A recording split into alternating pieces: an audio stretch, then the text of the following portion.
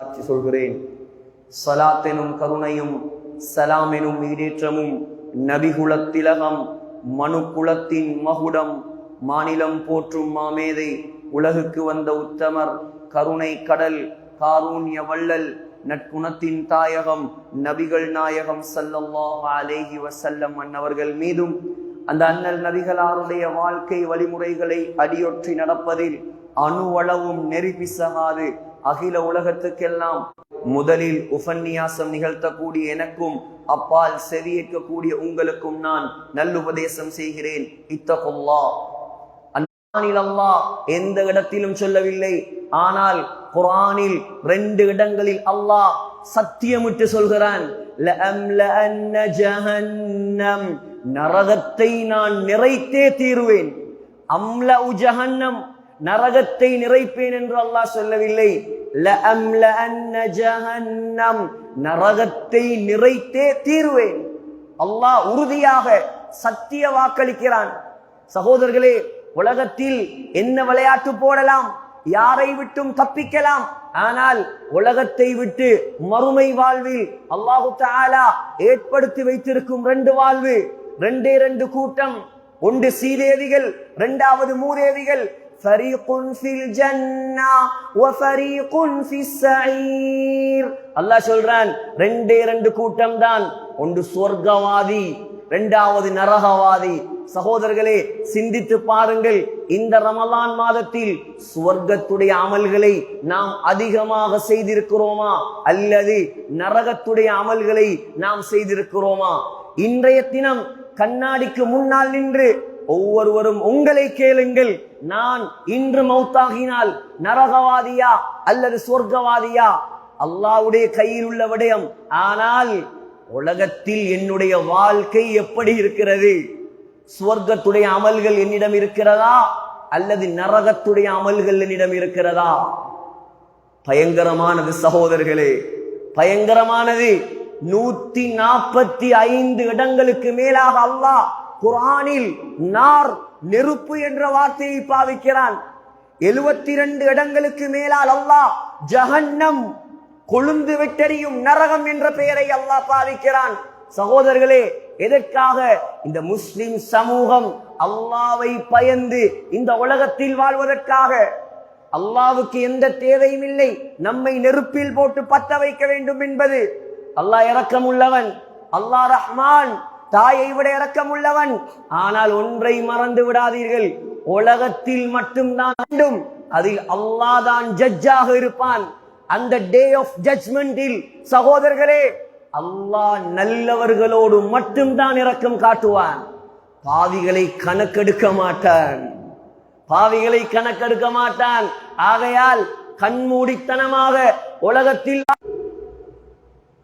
சூரத்துல் காஷியா ஒவ்வொரு வெள்ளிக்கிழமை இமாம் சாப் ஹத்தீப் அவர்கள் தொழுகையின் 2வது ரக்காத்தில் ஓதுவாரே. அர்த்தம் தெரிந்தால் கல்புகள் வெடித்து விடும் சகோதரர்களே. அவ்வளோ பயங்கரமான சூரா அது. இந்த மைக்குடைய சத்தம் எப்படி இருக்கிறது? அடி தருவதை போல் இருக்கிறதா இல்லையா? கணீர் என்று இருக்கிறதா இல்லையா? ஆனால் இந்த பள்ளியை தாண்டி செல்லும் பொழுது இந்த மைக்குடைய சத்தம் வெளியில் கேட்காது. ஆனால் இஸ்ராஃபீல் அலைஹிஸ்ஸலாம் ஊதினால் சகோதரர்களே, சகோதரர்களே, தூரத்தில் இல்லை காஷியா, எப்பொழுது வரலாம் யாருக்கும் தெரியாது. அல்லாஹ் மறைத்து வைத்திருக்கிறான், அல்லாஹ் மறைத்து வைத்திருக்கிறான். அல்லாஹ் சொல்றான், உலகத்தில் என்னை பயப்படாமல் சிரித்து சிரித்து வாழ்ந்தவர்கள், உலகத்தில் ஹராத்தை செய்யும் பொழுது பயம் வந்தால், அச்சம் வந்தால் அங்கே பயப்பட தேவையில்லை, அங்கே சிரிக்கலாம். உலகத்தில் அங்கே சிரிக்கலாம். உலகத்தில் அல்லாஹ்வுடைய பயத்தோடு வாழுங்கள், அங்கே சிரிக்கலாம். சகோதரர்களே, கஷ்டமில்லாமல் வைத்திருப்பேன், நீ கஷ்டப்பட்டது எனக்காக அல்ல. ஆகையால் தஸ்லா நாரன் ஹாமியா, அல்லாஹ் சொல்றான், ஹாமியா என்ற நரகத்தை நான் வைத்திருக்கிறேன். ஹாமியா என்ற நெருப்பு. ஹாமியா என்ற என்ன தெரிந்ததா? அல்லாஹ் சொன்னானாம், இன்னும் 1000 வருடங்கள் பத்த வையுங்கள். இதெல்லாம் நீங்கள் கற்பனை கெடுக்க வேண்டும் சகோதரர்களே, பொய் அல்ல இதெல்லாம். இது குர்ஆனும் ஹதீஸும், அல்லாஹ்வுடைய வார்த்தை, அல்லாஹ்வுடைய தூதருடைய வார்த்தை. என்னடா மிம்பரில் வைத்து பயங்கரமான மலக்குகள், அலைஹா 19 காவலாளிகள், 19 பயங்கரவாதிகள், பயங்கரமான மலக்குகள் அந்த நெருப்பை மூட்டினார்களாம், ஜபானியாக்கள். சகோதரர்களே, இப்பொழுது என்ன நிறத்தில் பத்துகிறது தெரியுமா? கருப்பு நிறத்தில் பத்துகிறது. உலகத்தில் நீங்கள் நெருப்பு பத்த வைத்தால் வெளிச்சம் கிடைக்கும் சகோதரர்களே. 3000 வருடங்கள் மூட்டப்பட்ட அந்த நரகம் கருப்பு நிறத்தில் பத்தி கொண்டிருக்கிறது. ஆனியா என்ற பானம், ஆனியா, பெண் குழந்தைகளுக்கு பேர் வைத்து விடாதீர்கள் ஆனியா என்று. ஆனியா என்றா கொதிக்க வச்சு கொதிக்க வச்சு கொதிக்க வச்சு இதுக்கு அங்கால அதை கொதிக்க வைக்கலா. இவர் தாகத்தாயை பிடித்து மருந்தை ஊத்துவாள். கற்பனை பண்ணுங்கள், இப்படித்தான் நரகவாதிக்கு குடிப்பாட்டப்படும். குடித்த உடனே என்ன செய்யும்? தாகம் தீருமா சகோதரர்களே? தாகம் தீருமா? அல்லாஹ் சொல்றான்,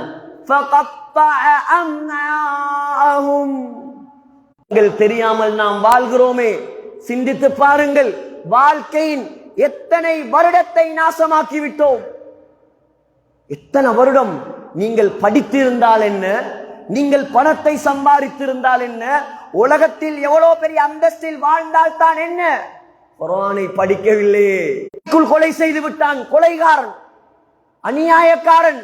இந்த ரமதான் மாதம் நாம் எவ்வளவு நிம்மதியாக நோன்பு, எவ்வளவு சந்தோஷமான சாப்பாடுகள், எவ்வளவு நிம்மதியான பிரயாணம். அங்கே சகோதரர்களே, அந்த இடிபாடுகளுக்குள் ஒரு நாள் நிம்மதியா.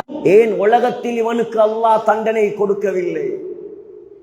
ஆனால் அவன் எவ்வளோ நம்முடைய சமுதாயத்தை பத்த வைத்தாலும் கொன்றாலும் அவன் சோடாதான் நம்முடைய சமூகத்துக்கு இனிப்பாக இருக்கு. அவன் நட்டெல்லாதான் எங்கட சமூகத்துக்கு தேவைப்படுது.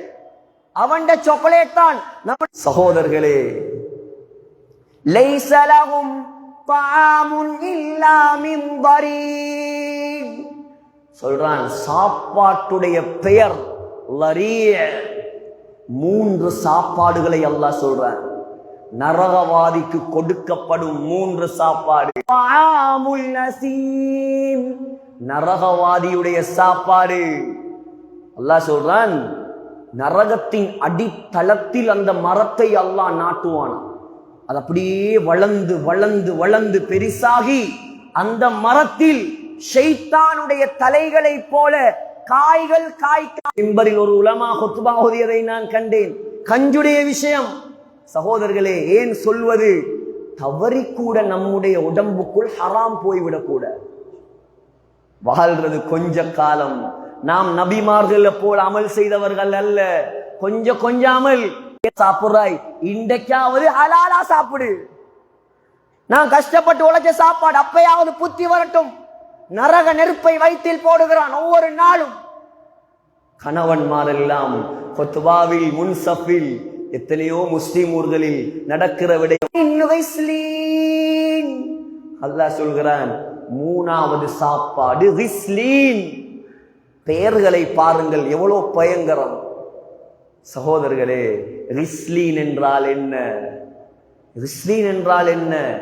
நரகவாதியுடைய உடம்பிலிருந்து வழியக்கூடிய சீல் சலா. சிந்தித்து வந்த விடயத்தில் ஒரு 2 விடயமாவது பேச முடியவில்லை. என்ன நோக்கம் இந்த ஹுத்பா? எந்த நோக்கம் இந்த பயான்? சகோதரர்களே, மக்களை அல்லாஹ்வின் பக்கம் திருப்புங்கள். திஹாரி என்பது மாஷா அல்லாஹ் அதிகமான மக்கள் விரும்பி வரக்கூடிய, முஸ்லிம்கள் செறிந்து வாழக்கூடிய செழிப்பான ஒரு பரக்கத். நரகவாதியாக மாறிவிடக்கூடாது. இதுதான் நம்முடைய நோக்கம். இது ஸல்லல்லாஹு அலைஹி வஸல்லமுடைய கவலை. தன்னுடைய மனைவியை பார்த்து விபச்சாரி என்று சொன்னவன் கூட நரகம் போவதை நாயகம் விரும்பவில்லை. தன்னுடைய சாட்சாவை கொலை செய்த சகோதரர்களே, ஆனால் செய்யவில்லை ஸல்லல்லாஹு அலைஹி வஸல்லம். முனாஃபிக்குகளுடைய தலைவனின் கபரில் இறங்க போனார். உமர் ரலியல்லாஹு அன்ஹு பிடிச்சு இழுத்தார். யா ரசூலல்லாஹ், முனாஃபிக்குக்கு நீங்க தொழுவிக்க போறீங்களா? உமர், என்னுடைய சமுதாயத்தில் இவன் நரகம் போவதா, இவன் நரகம் போவதா சொன்னதுக்கு பின்னால்தான் ஸல்லல்லாஹு அலைஹி வஸல்லம் பின்னால் வந்தார்கள்.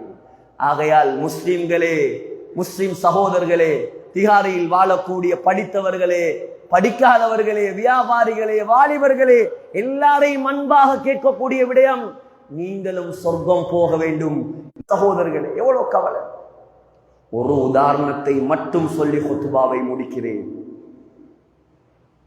ஒருவருக்கு வெளிநாட்டில் 4 கடை இருக்குது, 4 மனைவி இருக்கிறாங்க, 4 பெரிய வாகனம் இருக்குது, முழு சொத்தும் வெளிநாட்டில் இருக்குது, பெரும் பணம். புகாரியில் வருகிறது, ஸல்லல்லாஹு அலைஹி வஸல்லம் சொன்னார்கள், மன் ஃபாதத்ஹு ஸலாத்துல் அஸ்ரி ஃபகஅன்னமா புதிர அஹ்லுஹு வ மாலுஹு.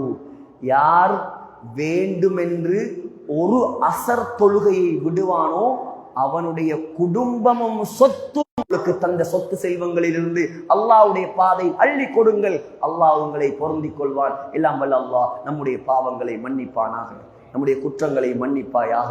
யா அல்லாஹ், இந்த ஊரை பொருந்திக் கொள்வாயாக, ஊர் மக்களை பொருந்திக் கொள்வாயாக.